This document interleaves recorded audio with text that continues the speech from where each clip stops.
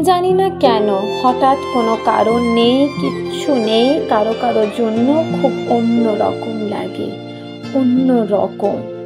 কোনো কারণ নেই, তারপরেও বুকের মধ্যে চিনচিনে কষ্ট হতে থাকে।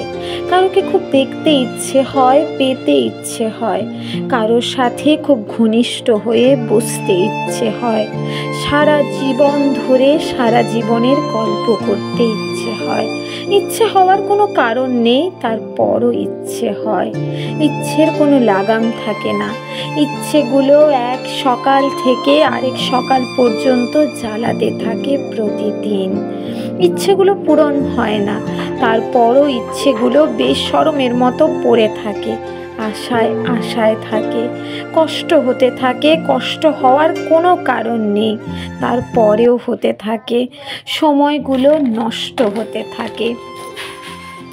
কারো কারো জন্য জানি না জীবনের শেষ বয়সে এসেও সেই কিশোরীর মতো অনুভব করি। সেই কিশোরীর বয়সেও যেমন লুকিয়ে রাখতে হতো ইচ্ছেগুলো, এখনো হয়। কি জানি সে যার জন্য অন্য রকম লাগে, যদি ইচ্ছেগুলো দেখে হাসে, সেই ভয়ে লুকিয়ে রাখি ইচ্ছে, সেই ভয়ে আড়াল করে রাখি কষ্ট। হেঁটে যাই যেন কিছুই হয়নি, যেন আর সবার মতো সুখী মানুষ আমিও।